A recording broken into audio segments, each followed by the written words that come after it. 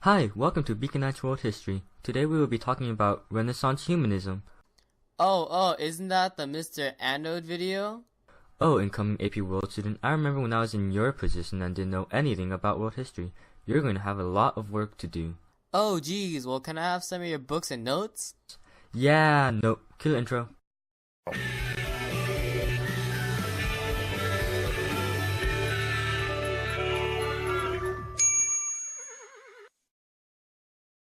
The use of humanism originated during the Renaissance, a period of cultural awakening in Europe that occurred from the 14th century to the 17th century. This period followed the Middle Ages as medieval feudalism and ways of life were replaced with city-states and more secular ways of thinking.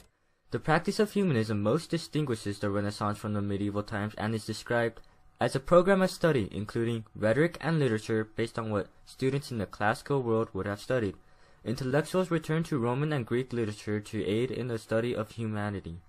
There are two main types of humanism: secular humanism and northern humanism. Secular humanism largely refers to the humanistic studies that occurred in the Italian city-states. This humanism usually dealt with non-religious side of life, but as opposed to popular conception, intellectuals of this type are not against religion. Some major humanist writers are Petrarch and Mirandola. Living from 1304 to 1374, Francesco Petrarca, or Petrarch, is often realized as the father of humanism. Beginning at a young age, he collected books and had a passion for the pursuit of knowledge. He supposedly discovered a collection of writings written by Cicero, a Roman philosopher, and by the time of his death, he owned one of the largest libraries in the world. Some of his greatest works include the Canzoniere, a songbook written about his love, Laura, and Trionfi, which contemplates love, chastity, death, fame, time, and eternity. In his Life of Petrarch, Ernest Hatch Wilkins, a professor, wrote, "Petrarch was the most remarkable man of his time, and he is one of the most remarkable men of all time." Pico della Mirandola lived from 1463 to 1494 and was born in Italy to a noble family.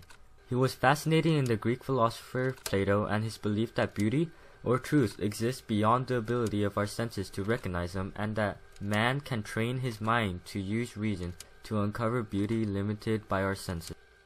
In his famous book Ornations on the Dignity of Man, Mirandola highlights the ideas behind humanism as he states, "At last it seems to me that I have understood why man is the most fortunate living being worthy of all admiration, and precisely what rank is his lot in the universal chain of being. A rank to be envied not only by the brutes, but even by the stars and by the minds beyond this world."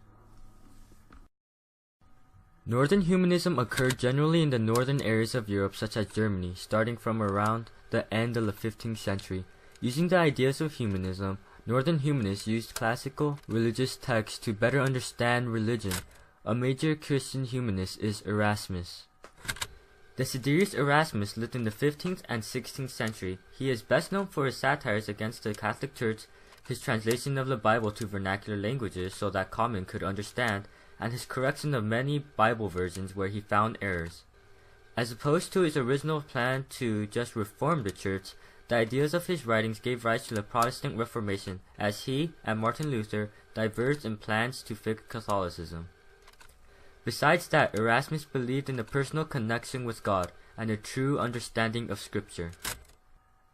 In his most renowned work, In Praise of Folly, Erasmus says, "The purpose, of course, is this. Those who understand become more and more pleased with themselves, and those who don't are the more impressed the less they understand."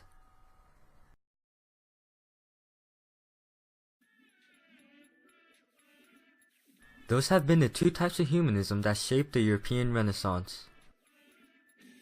The word of the week is Dolores.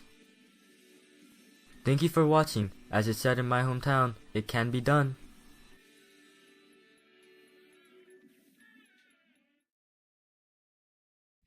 Humanism!